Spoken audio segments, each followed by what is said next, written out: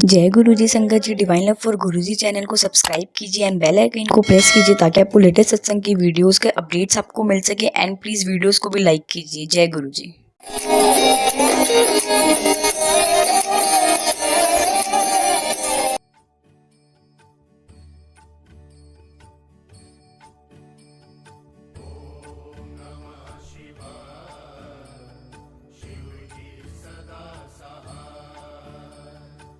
गुरु जी को मेरा अनंतम शुक्राना और सादर चरण स्पर्श, और गुरु परिवार के भी जितने बैठे हैं यहाँ पे संगत में, उन सबको भी मेरा नमस्कार और अभिनंदन। लोग अक्सर पूछते हैं कि आप गुरु जी से कब मिले और आपको कितना समय हो गया। यही हम जवाब दे सकते हैं। जीवन में हमारे पास और कुछ नहीं है जिसका हम जवाब दे सकें, क्योंकि गुरु जी को ही केवल पता है कि हम उनके साथ कब से जुड़े हुए हैं, कितने जन्मों से हमारा उनका संबंध है। ये मात्र गुरु जी को पता है, किसी और को नहीं पता। हम अधिक से अधिक सिर्फ इतना ही बोल सकते हैं कि इस जन्म में हम गुरु जी के साथ कब जुड़े। गुरु जी को देखा था और ये विश्वास नहीं होता था कि वो महाशिव। लोग कहते थे कि शिव हैं, पर उनको मानव रूप में हमने देखा और हम उनको गुरु जी के ही रूप में पूजते रहे। ये बहुत देर के बाद हमें विश्वास हुआ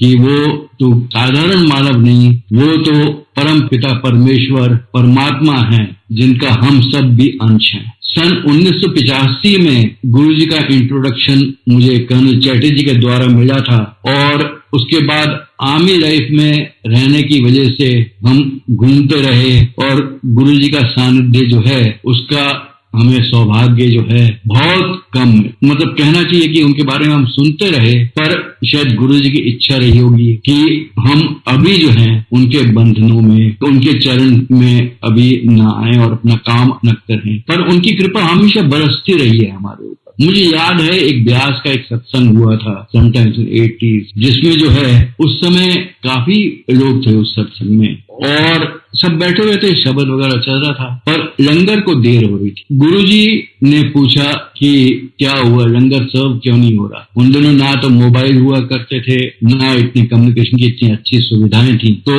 गुरुजी को बताया गया कि गुरुजी वो आटे वाली गाड़ी जो है वो अभी तक पहुंची नहीं। तो गुरुजी का बस इतनी ही बात है, इतनी गल, और वो जो है स्वयं उठ के लंगर में गए जहाँ पे खाना बन रहा था, और उन्होंने अपने हाथ से जो है वो चपातियां निकालते गए, प्रकट होती रही उनके हाथ से, और वो पकती रही, और वो जो है वो सब संगत परसी गई, परोसी गई। और उस दिन जो है सबने उस दिव्य प्रसाद का भोग लगाया। तो गुरुजी, इससे स्पष्ट होता है कि गुरुजी जो हैं वह स्वयं ब्रह्म थे, क्योंकि उन्होंने कहा कि मैं शिव नहीं महाशिव हूं। महाशिव क्या है? महाशिव ने कहा अहम बहुश्याम, लेट मी बी मैनी, और वो जो है उन्होंने इस अपनी शक्ति से, अपने तप के बल से इस ब्रह्मांड को प्रकट किया, जिसका हम एक अंश हैं, बहुत ही मामूली सा अंश है। ब्रह्मांड का साइज क्या है इसकी कल्पना भी शायद हमारे बस में नहीं है। मतलब जिसका ना तो कोई अंत है और ना कोई बिगिनिंग है। मतलब इसकी कल्पना ऐसे की करते हैं जैसे हम अगर किसी बॉडी को अगर देखते हैं तो हमें उसको देख के पता लगता है ये सर्किल है, ये अंडाकार आकार में है, ये स्क्वायर है, ये क्या है। पर ब्रह्मांड का आकार, क्योंकि शिव महाशिव जो है वो उन्होंने उनके तप से ये प्रकट हुआ है, इसका ना तो कोई बिगिनिंग है ना कोई अंत है। मुझे एक बार कहा भी कि ऐसे बहुत से पृथ्वी लोग हैं जैसे हमारे हैं, कुछ जो है हमसे ज्यादा ही डेवलप्ड हैं, कुछ हमसे कम डेवलप्ड हैं, पर कई ऐसे प्लैनेट्स हैं जिनपे जीवन एग्जिस्ट करता है। एक महाशिव ही हैं जिनके दो रूप, एक तो सकल रूप है, साकार रूप है, जो कि वो अपने भक्तों को देखने के लिए प्रकट उसमें आते हैं, और दूसरा उनका निराकार रूप है जिसका कोई आकार नहीं है, कोई कल्पना के बियॉन्ड है, जिसे बोलते हैं। 5 कार्य शिव पुराण के अनुसार जो है उन्होंने डिवाइड किए। सृष्टि का निर्माण का कार्य जो उन्होंने ब्रह्मा जी को दिया, जो कि उन्हीं का अंश है, और पालन का कार्य जो है उन्होंने विष्णु को दिया, जो कि उन्हीं का अंश है। संहार का कार्य जो है उन्होंने रुद्र को दिया। अगेन वो उन्हीं का अंश है। और तिरोभाव जो है प्राणों का उत्क्रमण जो है, प्राणों को ऊपर ले जाने की जो अवस्था है, जिसके आत्मा और परमात्मा के मिलन से पूर्व की जो अवस्था है, उसका भार जो है उन्होंने महेश्वर को सौंपा। किंतु मोक्ष का काम जो है उन्होंने अपने पास, उन्होंने कहा ये काम मैं स्वयं करूंगा, ऐसा शिव पुराण में दिया।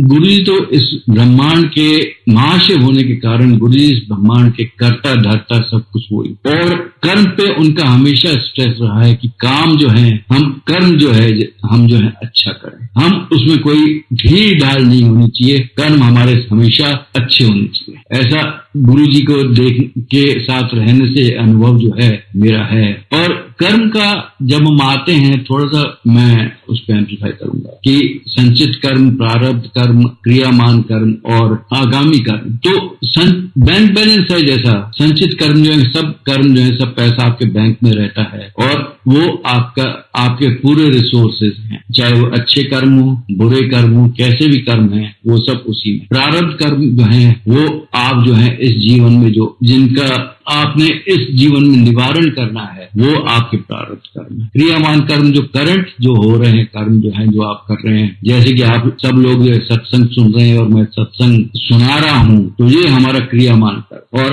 अंत में जो है वो आता है आगामी कर्म जो कि आगे। अब कर्मों का, क्योंकि कर्म से सब कुछ रिलेटेड है और उसी के लिए जो है एक मनुष्य के मानव के शरीर धारण करने के बाद ही कर्म का हम निवारण कर सकते हैं, हम अपने कर्म समाप्त करते हैं। उत्तरोत्तर धीरे धीरे जो है हमारे कर्म जैसे जैसे होते जाते हैं, तो हमारा प्रयास ये रहना चाहिए कि कर्म जो है हमारे समाप्त होते रहें और हम जो है इन कर्मों को जो है बिल्कुल जीरो बैलेंस पे जाएं, जबकि ना किसी को कुछ देना है ना किसी से कुछ लेना है। वो अवस्था होती है जब हमारे बिल्कुल जिसे बोलते हैं आत्मा जो है बिल्कुल शुद्ध होती है, और उस समय गुरुजी पिता परमेश्वर हमारे महाशिव जो हैं स्वयं हमारे अपने साथ लेकर अपने में मिलाने के लिए, जिसे कहते हैं ना आत्मा जो है परमात्मा का अंश है, और यही उस अवस्था में आत्मा जो है गुरु के द्वारा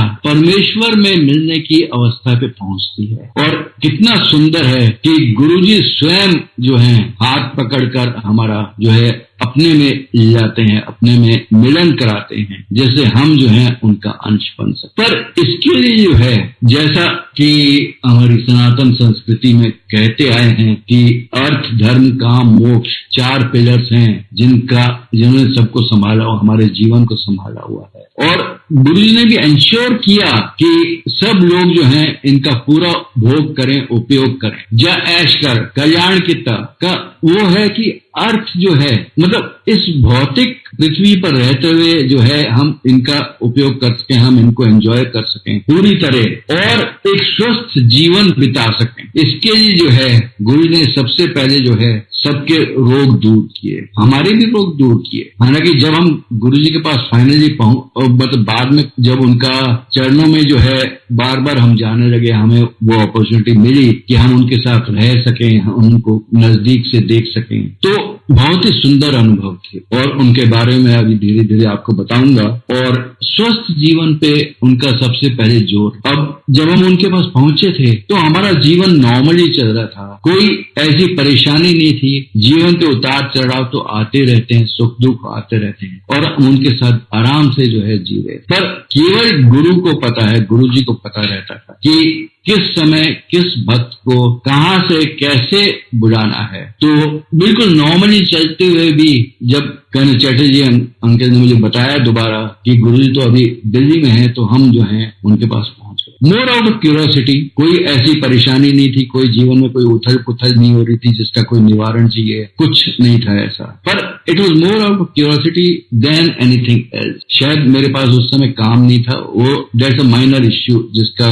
समाधान निकलने की संभावना थी, ऐसा हम सोच रहे। तो गुरु के पास पहुंचे, नेक्स्ट डे ही लंगर में, मतलब संगत के एंड में जब लंगर होता था तो मैट्स बिछा दी जाती थी और उस पे हम सब बैठ के जो है लंगर करते थे, 4-4 एक प्लेट से लंगर करते। तो फॉर्चुनेटली मैं उस दिन जो है बिल्कुल गुरु जी के पास बैठने का मुझे बहुत ही सुंदर अवसर मिला और मेरे बैक में उस समय बहुत दर्द रहता था और इतना दर्द होता था कि बैठ गए तो उठने में जो है आंख से पानी निकल आता। तो लंगर समाप्त करने के बाद जब मैं पीछे दीवार का सहारा लेते हुए धीरे धीरे उठ रहा था तो मैंने देखा कि गुरुजी मुझे देख रहे हैं और उसके बाद हमने लंगर किया और हम आ गए। 1-2 दिन के बाद मुझे रियलाइज हुआ, अरे वो पेन तो बैक का जो है बिल्कुल समाप्ति हो गया, रहा ही नहीं, बिल्कुल गायब हो गया। बिल्कुल ना गुरुजी को इसके बारे में कुछ कहा था, ना उन्होंने कभी पूछा या कुछ ऐसा हुआ, ना ही मैंने किसी को बताया था। सिर्फ मेरे परिवार में कुछ लोगों को पता था कि बैक एक इसको है। तो उसके बाद जो बैक एक जो कुछ महीने के बाद जो है मुझे काम तो मिल गया और एक दिन ऑफिस में बैठे हुए जो है मुझे अनईजी की फीलिंग हुई और मतलब डिस्कम्फर्ट जैसे बोलते हैं, कोई पेन नहीं कुछ नहीं, पर डिस्कम्फर्ट था एंड नॉर्मल फील नहीं कर रहा। तो मैंने जो है बोला कि मैं घर जा रहा हूँ और आराम करके फिर कल आ जाऊंगा, ऐसी कोई बात नहीं। तो मैं छुट्टी लेके घर आता, आई ड्रोव बैक। शायद वो फ्राइडे का दिन था, अगले दिन सैटरडे फिर मैं ड्राइव करके ऑफिस चला गया और वापस आ गए ऑफिस से वापस नॉर्मली जैसे तैसे समय बिताया और आ गए। थर्ड डे संडे था, किसी के साथ लंच वगैरह था तो उन्होंने कहा कि अमिताभ तुम्हारी तबीयत ठीक नहीं है। तो अगले दिन सुबह मंडे मॉर्निंग को जब मेरा वैसी मतलब डिस्कम्फर्ट नॉर्मल फीलिंग नहीं थी तो मैंने ये तो लंबा ही हो गया ज्यादा, तो मैंने अपनी वाइफ को बोला कि मैंने कहा मैं हॉस्पिटल में जाके दिखा देता हूँ डॉक्टर को, क्या बोलते हैं वो देखते हैं क्या बोले। उन दोनों गुड़गांव में एक ही हॉस्पिटल था घर के पास, उमकल हॉस्पिटल, तो उसमें हम पहुंचे और वहां पे ईसीजी जब लिया तो उसमें चेंजेस थे ऐसे डॉक्टर ने कहा और मुझे जो एडमिट कर लिया। मेरे दामाद और वही भागे भागे आए और मुझे वहां से निकाल कर जो है एस्कॉर्ट्स हार्ट हॉस्पिटल ले गए जो कि दिल्ली में है। और उसके बाद जो है जब वहां पे एंजियोग्राफी हुई तो उसमें पता लगा जी मेरे राइट कोरोनरी आर्टरी में जो है 100% ब्लॉकेज था और उसके अलावा भी 2-3 और ऐसे थे ब्लॉकेज थे जो कि 70 से 90% के रेंज में। दूसरी कोरोनरी आर्टरी जो थी उसमें जो बाईपास हो गया था अपने आप ही। तो उसके बाद मेरी एंजियोप्लास्टी हुई और हम वापस आ गए। अब देखने वाली बात यह है कि जब ब्लड में एक आर्टरी में ब्लड ही फ्लो नहीं कर रहा है तो कौन संभाले हुए था? ये गुरुजी की कृपा थी जो कि मुझे संभाले हुए थी और मुझे और कोई सीरियस वो नहीं हुआ। साइलेंट हार्ट अटैक था वो। और उसके बाद एंजियोप्लास्टी होने के बाद जो जब वापस आए तो गुरु ने लोटा मंगवाया और उसको ब्रश किया और उसका जल जो है रात को अपने दिन में अपने आप धोना था, घर में हेल्पर के नहीं धोए और डिटर्जेंट नहीं लगाना, उसको राख से धोना है, अपने आप ही धोइए। आप कभी भी मेड हो या किसी हेल्प से मत धुलवाइए। और रात को जो है उसमें जो है पानी भरकर जो है अगर राख नहीं मिलती तो नींबू से साफ कर लीजिए और रात को उसमें पानी भर के रख दीजिए। सुबह जो आधा पानी जल जो है ग्राइंड कर लीजिए, गिलास में डाल के पी लो और बाकी जो बचा हुआ शेष जल है उसको बाल्टी में मिलाया नहाने के लिए और उससे स्नान कर लिया। तो इतना सिंपल सॉल्यूशन। तो ये लोटा जो है गुरु ने बहुतों को ब्लेस किया है इससे और बहुतों को इसका आशीर्वाद मिला। गुरु जी जब बुलाते हैं सहारा देते हैं और वो जो है हमें जो है सब सुख भी प्रदान करते हैं, सब हमारी इच्छाएं पूरी करते हैं और हमको धर्म के अनुसार, अब धर्म का मतलब जो है यहाँ पर रिलीजन नहीं है, धर्म का मतलब है जैसे पति पत्नी, पति धर्म हो गया, पत्नी धर्म हो गया, पुत्र धर्म हो गया और शिष्य धर्म हो गया, भक्त धर्म हो गया। ये सब जो है धर्म की परिभाषा में आते हैं। तो गुरुजी भी कहा करते थे कि अपना जो है रिस्पॉन्सिबिलिटीज, ड्यूटीज जैसे धर्म की परिभाषा दी है उनको जो है संभालो। पति जो है पत्नी का ध्यान रखे, पत्नी पति का ध्यान रखे, दोनों मिलकर बच्चों को बड़ा करें, प्रेम से आपस में रहें, एक ही अलमारी में दोनों के कपड़े रहें तो प्रेम ज्यादा बढ़ता है। और इस तरह जो है अपना पारिवारिक सामंजस्य, फैमिली कोऑर्डिनेशन जो है उसे बनाए रखिए। ये सबसे बड़ा जो है धर्म है। दूसरों को सुख दीजिए, किसी सबकी हेल्प करने के लिए हमेशा तैयार है। अगर हेल्प नहीं कर सकते नुकसान भी ना करिए। वो गुरु जी ने उस दिन रात को ये बात कही थी, रात को 1:30-2 बजे, जब उन्होंने पूछा कि रिलीजन क्या है और उसके बाद उन्होंने परिभाषा दी। और उस परिभाषा के ऊपर आपने जानते होंगे आप में से बहुत लोग उसको। और उसके बाद उन्होंने कहा कि 3 चीजें हैं कि जब बाकी सब जवाब नहीं दे सके जो वहां पे थे सब लोग, तो गुरु जी ने प्रवाहित मतलब संस्कृत में और फारसी में और गुरमुखी में और अंग्रेजी में मतलब कोट कर दिया, वेदों से, कुरान से, ग्रंथ साहब से, बाइबल से, और पूछा क्या समझ आया। जब सबने अपना सिर हिलाया नहीं समझ आया तो फिर गुरु ने 3-4 बातें बोली। उसमें सबसे महत्वपूर्ण थी कि सबकी हेल्प करो, अगर हेल्प नहीं कर सकते तो किसी का नुकसान भी ना करो। और ईश्वर एक है, सबका मूल जो है एक है, चाहे हम किसी भी नाम से पुकारें उसे, क्राइस्ट बोले, अल्लाह बोले या कुछ और बोले, ओंकार बोले, पर है एक ब्रह्म जो कि सोर्स है सबका। बाकी सब जो है नाम जो है हम मनुष्य के दिए हुए हैं। और प्रार्थना के लिए, प्रार्थना रोज 24 घंटे में से थोड़ा सा समय निकालो, जब आप और गुरु जो है, आप और परमेश्वर जो है एक हो सके, रब जो है आपके साथ हो, रब के लिए थोड़ा सा समय निकालिए। प्रेयर्स में आप रब से बात करते, आप रब को कुछ कहते हैं, आप ईश्वर को याद करते हैं और आप उसे वो आदर भाव देते हैं, आप उसे वो प्रेम देते हैं जिसकी वे अभिलाषा रखते हैं। उसके कॉन्ट्ररी कहते हैं मेडिटेशन में जो है, जब रब आपसे कहते हैं, वो बताते हैं आपको क्या करना है, आपको कैसे रहना है। पंडितों में गुरु जी का विश्वास बिल्कुल नहीं था, ना ही बर्थ स्टोन, जेम स्टोन वगैरह में उनका कोई विश्वास था। और कहते थे कि नुकसान, पुट्टे असर करे ये बर्थ स्टोन को तो क्या फायदा है। पंडितों का जो उन्होंने कहा कि ज्ञान जो है उनका अधूरा होता है, उनको पता नहीं होता कि कौन सी बात सही है, कौन सी बात गलत है। वो गुरु जी आराम से बोल दिया करते थे। उनका जो है मतलब ऐसे ऑर्डर के तरीके से नहीं, बहुत प्यार से बोलते थे वो, बहुत समझाने के उसमें, और पंजाबी में ही बोलते थे अधिकतर। वो ज्यादातर जो है मैंने देखा पंजाबी में, जो कि समझ आ जाए। कई बार समझ नहीं आती तो गुरु जी की तरफ देखकर हम क्वेश्चन भरा फेस लेते थे, तो फिर वो फिर से दोबारा बोलते थे, रिपीट करते थे। कभी उन्होंने कोई प्रवचन नहीं किया, पर गुरु जी की हेल्प जो है जीवन में हर समय विदित हुई है, हर समय देखा है। मतलब ऐसा लगे कि गुरु जी सदा अपने साथ हैं, नहीं लगता।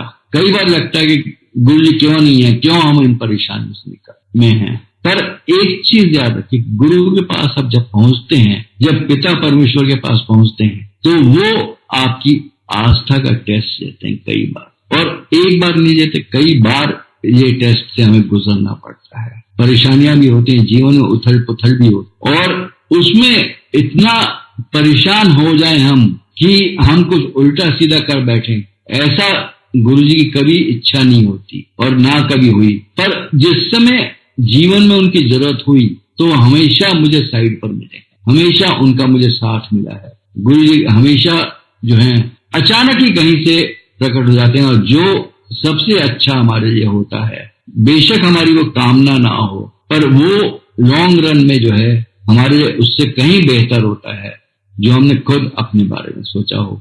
जैसे कहते हैं हम तो सिर्फ सामने की दीवार तक ही देख सकते हैं, पर गुरु जो दीवार के बियॉन्ड कहां तक उनकी दृष्टि जाती है, इसका आप अंदाजा भी नहीं लगा सकते। इसी पे मुझे एक और सत्संग याद आया है कि बाथरूम में एक बार मैं गिर पड़ा था। अब गिरा ऐसे कि चेस्ट पे चोट आई, और उसके बाद हम बड़ा मंदिर जा रहे थे। बड़ा मंदिर पहुंचे तो वहां तक पहुंचते पहुंचते मेरी तबीयत काफी खराब हो गई।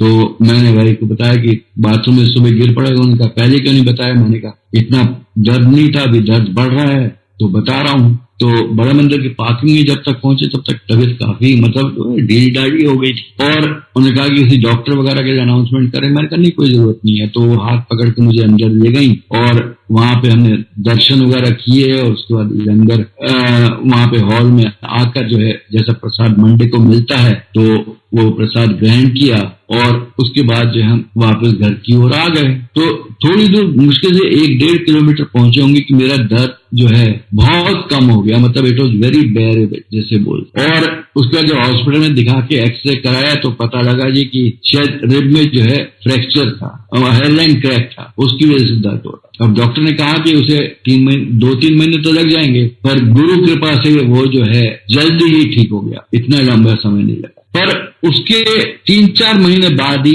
मेरा एक और फॉल हो गया बाथरूम में। इस बार मैं अपने बैक साइड पे गिरा और मतलब कोई ऐसी लगा नहीं, पेन तो जरूर हुआ गिरने से, पर लगा नहीं कि कोई चोट है। और अगले दिन मुझे बाजार जाना था किसी काम से, तो मैं बाजार चला गया और वहां पे जो है मुझे ब्लैकआउट और मैं जो है अनकॉन्शियस होके गिर पड़ा वहां पे बाजार। तो दुकानदार मुझे वहां पे डॉक्टर के पास ले गए जो वहां बाजार में थे, और उसके बाद जब उन्होंने देखा, उन्होंने कहा कि आपका जो है बीपी काफी कम, इंटरनल ब्लीडिंग हुई है, हो रही है, इस वजह से आपका बीपी जो है वो ड्रॉप कर। खैर उनको दिखा के फिर मैं वापस आ गया, और जब घर पे आके जब बीपी चेक किया तो 80/30 था, जो कि नॉर्मली जो है 120-130 की रेंज में होकर, और नीचे वाला जो है 80-90 के बीच में होना चाहिए। तो मेरा जो है जो ऊपर का लेवल था 80 था और लोअर का लेवल जो था 30। फिर से गुरुजी ने मुझे संभाला, मुझे सहारा दिया, आसरा दिया और इंश्योर किया कि मुझे कुछ होना। ऐसे हैं हमारे गुरुजी, ऐसी उनकी कृपा है, ऐसे वो कल्याण करते हैं। और जब भी कष्ट पड़ता है तो बिल्कुल वो साथ में रहते हैं। परेशानियां जिंदगी में आती रहती हैं, कुछ ना कुछ, किसी न किसी कारणवश। एक बार हम यूएसए जा रहे थे, तो वहां से लंबे टाइम पे जा रहे थे, तो देखा कि ड्राइविंग लाइसेंस जो है एक्सपायर होने वाले हैं। तो हम जो है ड्राइविंग लाइसेंस रिन्यू कराने गए यहाँ पे अपना ऑफिस में। तो उन्होंने कहा कि प्रोसीजर के अनुसार जो है 1 महीना पहले जो है लाइसेंस आप रिन्यू करा सकते हैं, उससे पहले नहीं करा सकते। तो मेरा लाइसेंस जो है विद इन दैट पीरियड था, 1 महीने के पीरियड में, तो मेरा तो हो गया। अब आंटी का जो लाइसेंस था तो उसके लिए 28 फरवरी को वो 1 महीना शुरू हुआ, और मेरे ख्याल से शायद 3 या 4 तारीख को हमें जाना था। और उस दिन नेक्स्ट डे कोई छुट्टी थी, गजटेड हॉलीडे था, और उसके बाद सैटरडे था, तो बीच में एक फ्राइडे ही पड़ता था जिस दिन वो लाइसेंस जाकर रिन्यू करा सकते थे। तो हम पहुंचे उस दिन ऑफिस में वहां पे, तो वहां पे जब लाइन में खड़े हुए थे फॉर्म लेकर, तो पता लगा जी पिछले 4 दिन से जो इनका कंप्यूटर ही काम नहीं कर रहे हैं, वहां पे ऑफिस में सर्वर काम नहीं कर रहा और कंप्यूटर जो है कोई काम नहीं कर।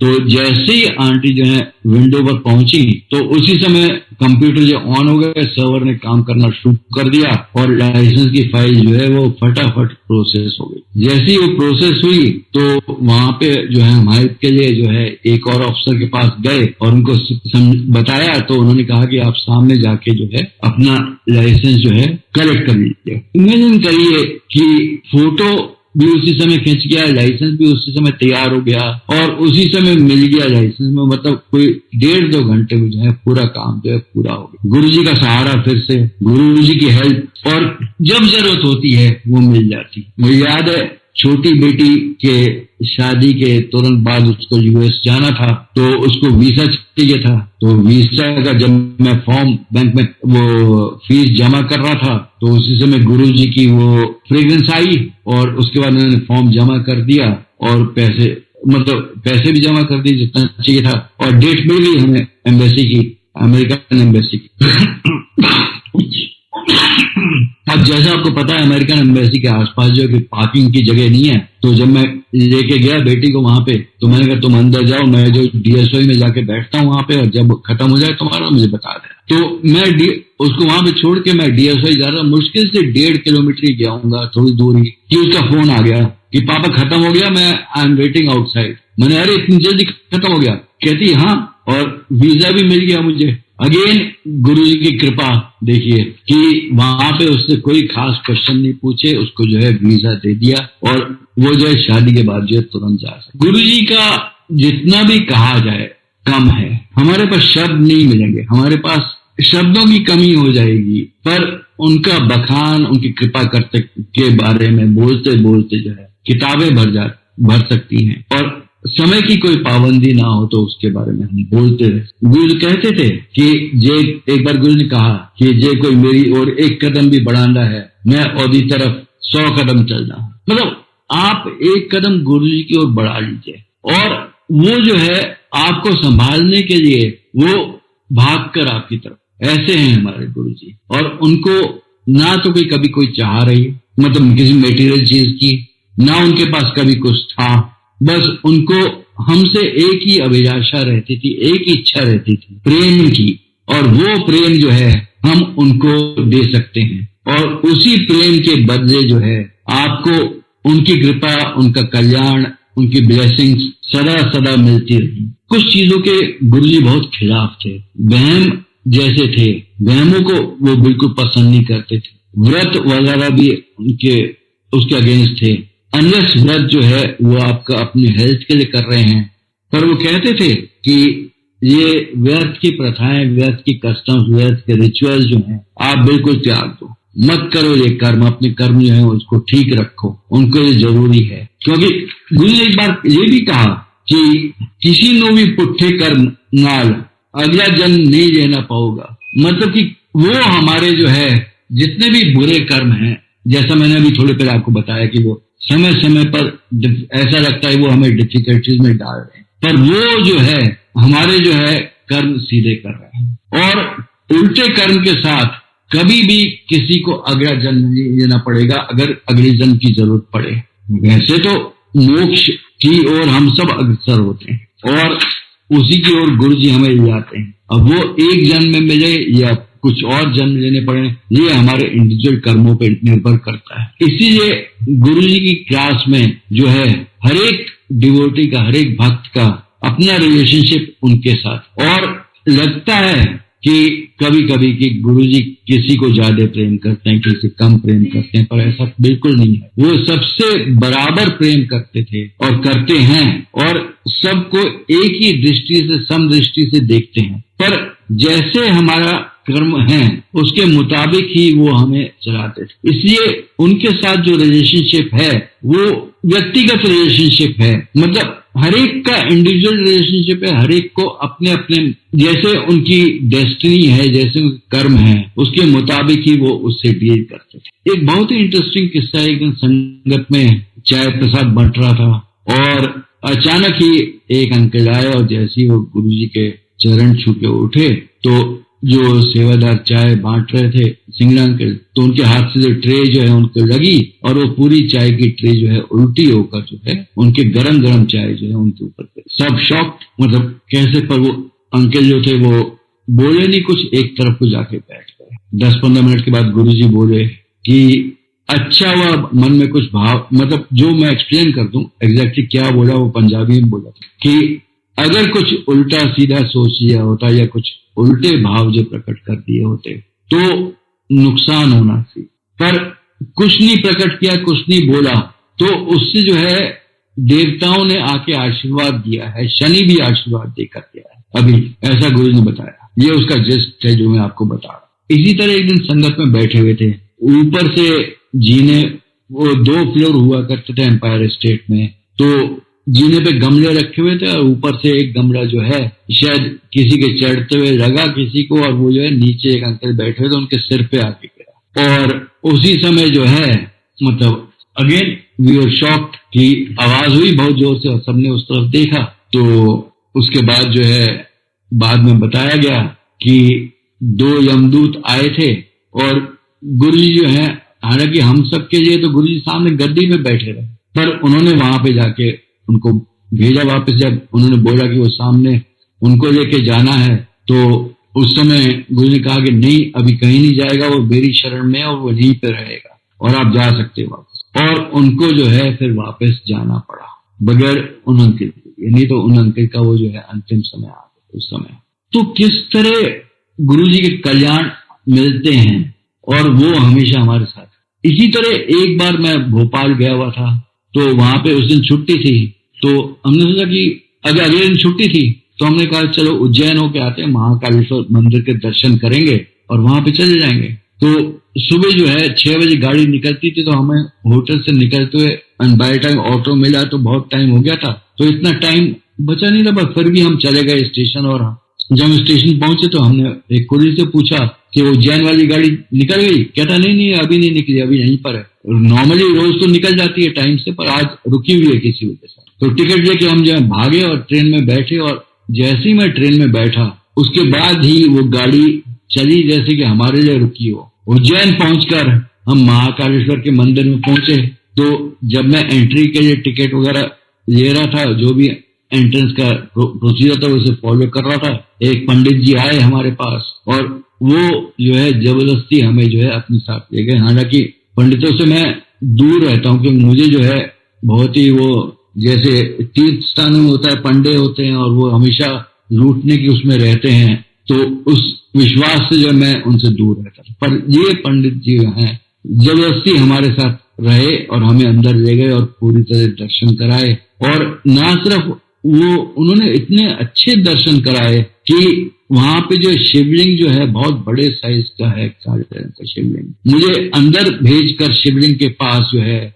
मेरे से 5 स्नान शिवलिंग के कराए, दूध से, दही से, शहद से और जल से और घी से। कह रहे नहीं आप करो आप करो। और मैं जो सरप्राइज होकर देख रहा था उनकी तरफ, बाकी की तरफ भी, क्योंकि वहां पे जितने भी पब्लिक थी किसी और को अंदर नहीं आने दे रहे थे, पर मुझे जो है अंदर उसके बीच में भेजकर वहां पे मेरे से जो है वो पूरा उन्होंने स्नान करने का पंचामृत पंच स्नान जो है वो कराया पूरा। और बाद में मुझे एहसास हुआ कि ये गुरुजी का ही काम हो सकता है, गुरुजी ही हमारे साथ थे जिन्होंने ये सब कराया। धन्य है गुरुजी और उनकी महिमा अपरंपार है। इसी तरह एक दिन इधर से बड़ा मंदिर जा रहे थे तो रास्ते में गाड़ी जो है अचानक खराब हो गई और वो फरीदाबाद गुड़गांव रोड पे जहाँ पे टी जंक्शन है, जहाँ पे जो DLF फेज 5 से सीधी रोड जाती है, पहाड़ी रास्ता जाके वो फरीदाबाद गुड़गांव रोड पे जाके मिलता है, तो वहां पे जाके गाड़ी जो है खड़ी हो गई। मई का महीना था, गर्मी बहुत पड़ रही थी और गाड़ी को कोशिश करके भी वो स्टार्ट ना हो, बिल्कुल सब जितनी भी ट्रिक्स होती थी अपने पास वो लगा रही, नहीं हो स्टार्ट। और सामने ट्रैफिक जा रहा था, अचानक जो है एक SUV आके जो है उसने वो जंक्शन क्रॉस किया और दूसरी साइड पे जाके जो है वो खड़ी हो। और उसमें से जो निकले 2 एडल्ट, मतलब होंगे 20-30 की उम्र के आसपास, 30 के आसपास की उम्र का, और उसमें से एक उतरते कहते अरे वो खड़ी गड्डी, और वो सीधा हमारी गाड़ी पे आए, दोनों के दोनों। पूछा क्या हुआ, हमने कहा गाड़ी स्टार्ट नहीं हो रही। कह रहे अंकल आप बैठो, हम धक्का लगाते हैं, आप गाड़ी स्टार्ट। पहले उन्होंने भी ट्राई किया, नहीं हुआ अच्छा, फिर उसके बाद उन्होंने कहा आप बैठो, हम धक्का लगाते हैं, गाड़ी स्टार्ट हो गई। और धक्का लगाया और गाड़ी स्टार्ट हो गई। तो अगेन देखिए कौन था जो आया था, जिसने गाड़ी से उतरते ही बोला ओ गड्डी है, ओ खड़ी गड्डी। मतलब गुरुजी की कृपा किस तरह बरसती है। लहसनौन एक बार गए थे और वहां पे जो है वहां से बच्चे भी, मेरे बेटी साथ थी, उसका भी बेटा साथ था, तो वहां से 40 किलोमीटर दूर एक जगह है, क्या नाम है उस जगह का, तारकेश्वर। तो हम जब यहाँ से गए लहसनौन तक तो वहां पे पेट्रोल की नीडल जो आधी थी दिखा रही थी जब पहुंचे। तो मैंने सोचा कि गाड़ी ने बहुत अच्छा माइलेज दे दिया, अरे आज क्या प्रॉब्लम भी नहीं है। तो अगले दिन हम तारकेश्वर के लिए निकल पड़े, 10 किलोमीटर गए होंगे मुश्किल से, और वो पेट्रोल की नीडल जो है धीरे धीरे धीरे धीरे करके 0 पे आ गई। तब रियलाइज हुआ कि अरे वो फ्यूल टैंक का जो नीडल था वो गलत शो कर रहा था और टैंक तो एक्चुअली खाली हो गया। एक दुकान पे रुककर पूछा कि भैया पेट्रोल कहाँ मिलेगा, तो वो कहने लगे कि यहाँ से तो है पीछे कोटद्वार में मिलेगा 50 किलोमीटर दूर। और मैंने कहा आगे कहते हैं कॉर्बेट नेशनल पार्क में मिलेगा, 100 किलोमीटर है वो यहाँ से। तो हम बहुत परेशानी में, पर फिर वही गुरुजी को प्रे किया, एक रस्सी खरीदी एक दुकान से जिससे अगर बहुत जरूरत पड़े तो हो सके।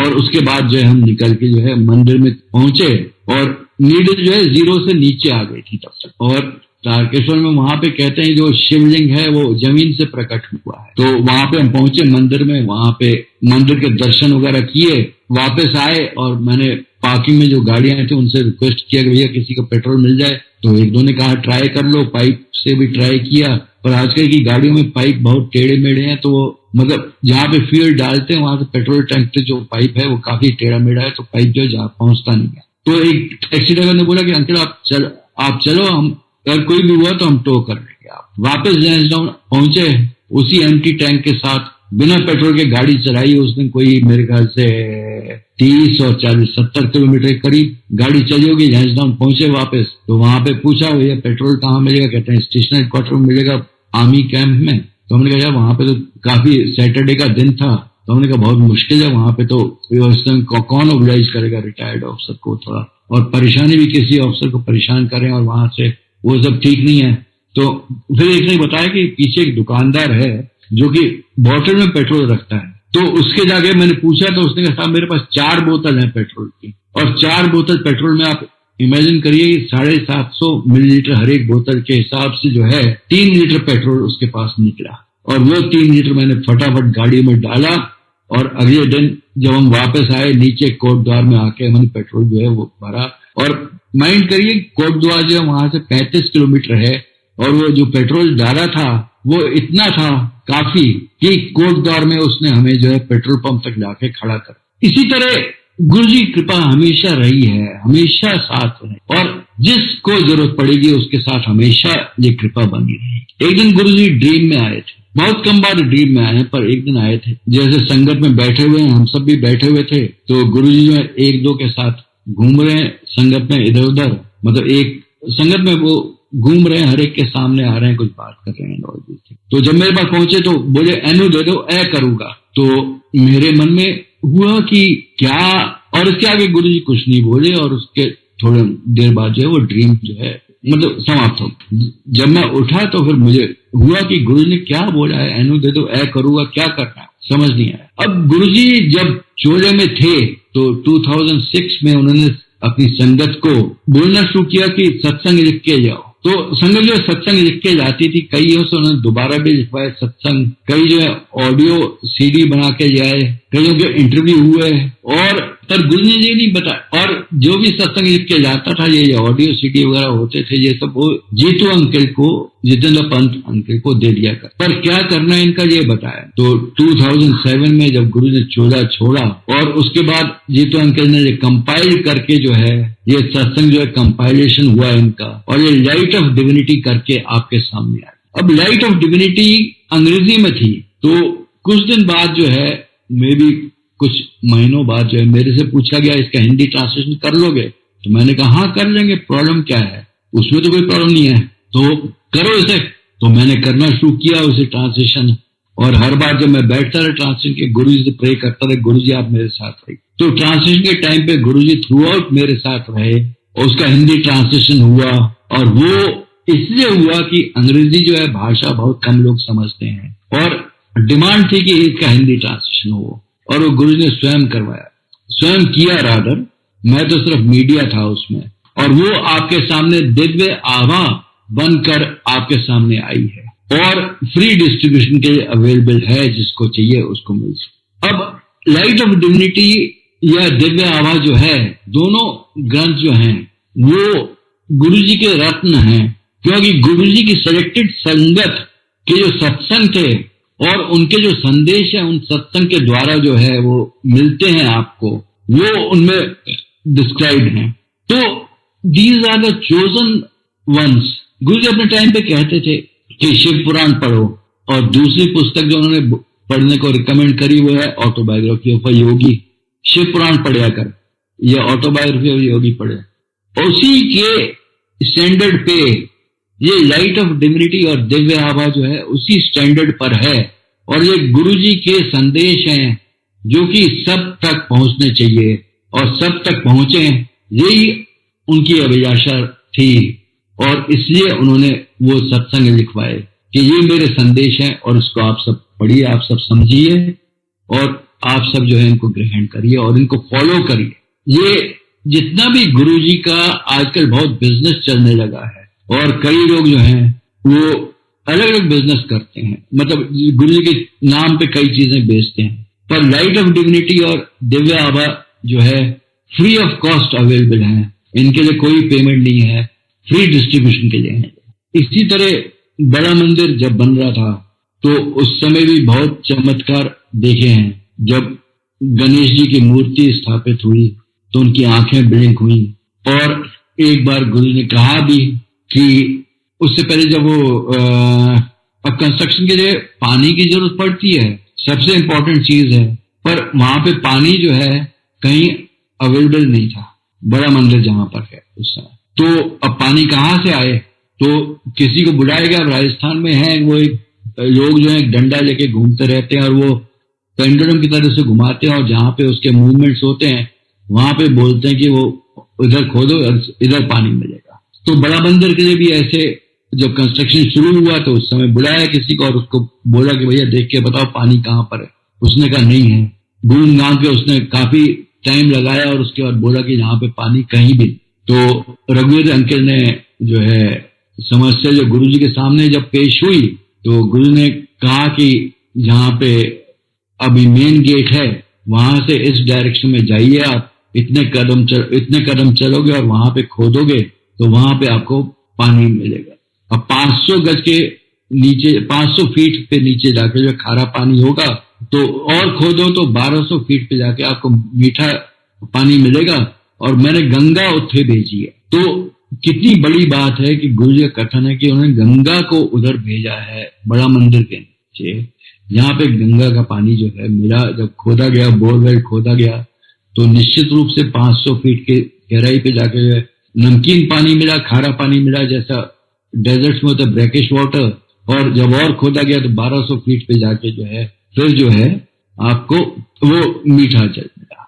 और फिर कंस्ट्रक्शन जो है निर्विरोध उसका शुरू हो। बड़े मंदिर के बारे में गुरु जी ज्यादा कुछ कह दिया करते थे। उनका सबसे वो तो है कि इतने सोना नहीं है, सोने से ब्लेसिंग जो है अधूरी रह जाती है। और वहां पे जो प्रसाद मिलता है उसके बारे में गुरु जी कहा कि प्रसाद को जो है प्रसाद की तरह ग्रहण करना चाहिए, उसको जो है खाने की तरह नहीं लेना चाहिए कि समोसा है समोसा, जैसे बाजार में समोसा मिलता है आप खा लेते हो, या अन्य प्रसाद जो है मीठा मिलता है या जो भी प्रसाद मिलता है वो आपको घर बाहर भी मिल जाता है और आप नॉर्मली खा लो, पर उसको प्रसाद समझ के अगर आप खाएंगे तो प्रसाद की तरह आपके ऊपर असर करे। और संगत के बारे में उन्होंने बोला कि जितनी बार संगत में आओगे बैठोगे उन्नी बारी तोड़े पुट्ठे एक सिद्ध हो जाए। तो हम भी जब संगत में जाते हैं तो हम जो है श्रद्धा भाव से जाना चाहिए, श्रद्धा भाव से बैठना चाहिए, प्रेम से बैठना चाहिए। सत्संग के बारे में एक बार गुरु जी ने कहा था कि सत्संग में कोई आडंबर करने की जरूरत नहीं है। 3-4 लोग बैठ के भी एक कुर्सी पे गुरु जी का फोटोग्राफ स्वरूप जैसे हम आजकल बोलते हैं वो लगा के बैठ जाएं तो वो काफी है और उसी को सत्संग हो जाएगा। गुरु जी वहां पे भी उपस्थित उतना ही रहते हैं जितना अन्य स्थानों। और इसमें मुझे आ रहा है कि सत्संग के बारे में एक बहुत इंपॉर्टेंट चीज है कि गुरु ने कहा था कि सत्संग का जो है लंगर जो है वो हेल्पर से, मेड्स वगैरह से या घर पे जो काम करते हैं उनसे कभी नहीं बनवाना चाहिए। खुद जो है फैमिली मेंबर्स को वो मिलजुल कर वो लंगर उसका बनाना चाहिए, तभी उसमें श्रद्धा भाव है, तभी उसमें वो प्रसाद है। नहीं तो वो सिर्फ खाना भर है, उसमें कोई प्रसाद नहीं, उसमें ब्लेसिंग्स नहीं मिल जाती। इसीलिए आजकल भी कई जगह सत्संग होते हैं, कई जगह लोग जो है बाहर वाले बुला लेते हैं, उनको कॉन्ट्रैक्ट वगैरह दे देते हैं। आजकल कई लोग कर भी रहे हैं वैसे लोग, जो कि गलत है, बिल्कुल नहीं करना। बड़ा मंदिर के बारे में एक और बहुत इंपॉर्टेंट चीज अगर मैंने आपको ना बताई तो मेरा काम अधूरा रह जाएगा, जो कि मैं अक्सर बोलता हूँ कि उसकी स्टेप्स जो है, एक दिन गुरु ने कहा था कि उसकी स्टेप्स जो है काम, क्रोध, लोभ, मोह, अहंकार को रिप्रेजेंट करती हैं और उस पर विजय प्राप्त करके आप ऊपर जा रहे हैं। यहाँ पे आपको ऊर्जा प्राप्त होती है बड़ा मंदिर के हॉल में और ऊपर जो प्लेटफॉर्म है। तो अब ये काम, क्रोध, लोभ, मोह, अहंकार को आप हर एक स्टेप को छू कर और उसे माथे पर लगाकर ऊपर जाएंगे या सीधा चलते हुए उन पे विजय प्राप्त करते हुए, उन पे दबाते हुए, उनको नष्ट करते हुए ऊपर जाएंगे। डिसीजन ये आपका है। मेरे विचार से तो किसी को झुकना नहीं चाहिए बड़ा मंदिर के स्टेप्स पे, किसी को हाथ में नीचे लगाना चाहिए। सीना चौड़ा करके, सिर ऊंचा करके आप ऊपर चढ़िए उन 5 स्टेप्स को जैसे, और मन में विचार रखिए ये मेरा काम समाप्त हुआ, ये मेरा क्रोध समाप्त हुआ, ये लोभ समाप्त हुआ, ये मोह समाप्त हुआ, ये अहंकार समाप्त हुआ। अब हे शिव, हे ब्रह्म, हे पिता परमेश्वर, आपकी शरण में हूं और आप अपना आशीर्वाद जो है बनाए रखिए। आप अपना आशीर्वाद सब पे बरसाते रहिए, पूरी संगत पे बरसाते रहिए। रब को जो है, रब के हम दास हैं, हमें वो भाव रखना चाहिए। अगर कोई बड़ा आदमी आपके कंधे पे हाथ रखते तो आप उसके कंधे पर हाथ नहीं रखते, और यही भाव जो है हमें ईश्वर के साथ बना के रखना। दूसरा जो है उनको अपना मित्र भी समझना चाहिए, दोस्त भी समझना चाहिए, और अपनी बातें जो हैं, हालांकि गुरु जी कहते थे कि मंग्या ना करो, मन्या करो, मांगना बुरा नहीं है, पर निर्णय उन पर छोड़ दीजिए आप कि गुरुजी आपको जैसा ठीक लगे, ये मेरी प्रॉब्लम है, आपको जैसा ठीक लगे, उचित लगे, आप वैसा सॉल्यूशन दीजिए। और मैं दावे के साथ कह सकता हूं, मैं निश्चित रूप से कह सकता हूं कि ये जो है आपको हमेशा जो है सॉल्यूशन मिलेगा और बहुत अच्छा सॉल्यूशन मिलेगा। हमें गुरुजी के लायक बनना चाहिए। गुरुजी के लायक कैसे बनेंगे? उनसे प्रेम करें, उनसे श्रद्धा भाव रखें, विश्वास रखें, उन पे आस्था रखें, शक की यहाँ पे कोई गुंजाइश नहीं है, और उनका सदा सदा हम शुक्राना करते रहें, क्योंकि उनकी थोड़ी सी ब्लेसिंग्स तो हमें पता रहती है। अधिकांश ब्लेसिंग्स जो हैं, जैसा गुरु ने एक बार कहा खुद ही, मेरी ज्यादातर ब्लेसिंग्स तो तुमको पता भी नहीं होती कब मैंने दे दी। तो उनसे हमें क्या कर सकते हैं? हम उनका शुक्राना ही कर सकते हैं, और उससे अधिक तो और कुछ नहीं कर सकते। उनका प्रेम अपने प्रकट कर सकते हैं, अपना धन्यवाद प्रकट कर सकते हैं, अपने उल्टे कर्मों के लिए हम माफी मांग सकते हैं। जो कर्म हमसे गलती से भी उल्टे हुए हैं, उनसे उनके लिए भी प्रे करिए कि हमें क्षमा कर दीजिए, जितने भी कर्म हमने गलत किए हैं, चाहे हमें पता हो ना पता। और हमेशा नतमस्तक रहें उनके सामने, उनके लिए। उनको याद करने का कोई समय नहीं है, कभी भी उनको कहीं भी कैसे भी कभी भी याद किया जा सकता है, और वो हमेशा आपको साथ मिलेंगे, हमेशा सहारा देंगे आपको, हमेशा कल्याण करेंगे। जो आपके हित में होगा वो आपको अवश्य मिलेगा। जीवन आपका अच्छा व्यतीत होता रहे, उनकी ब्लेसिंग सबको मिलती रहे, उनका कल्याण सब पे बरसता रहे, उनकी दिव्यता सब पे बरसती रहे, यही मेरी उनसे प्रार्थना है। और इसके साथ ही मैं अपने सत्संग को आज यहीं पे विराम देता हूँ। आपका बहुत बहुत धन्यवाद सुनने के लिए, और गुरु जी का बहुत बहुत आशीर्वाद कि आप सब पे बना रहे वो, और गुरु जी का अनंतम शुक्राना कि उन्होंने ये मौका मुझे दिया है। गुरु जी, अगर कोई मेरे से गलती हुई हो तो क्षमा कीजिएगा। धन्यवाद।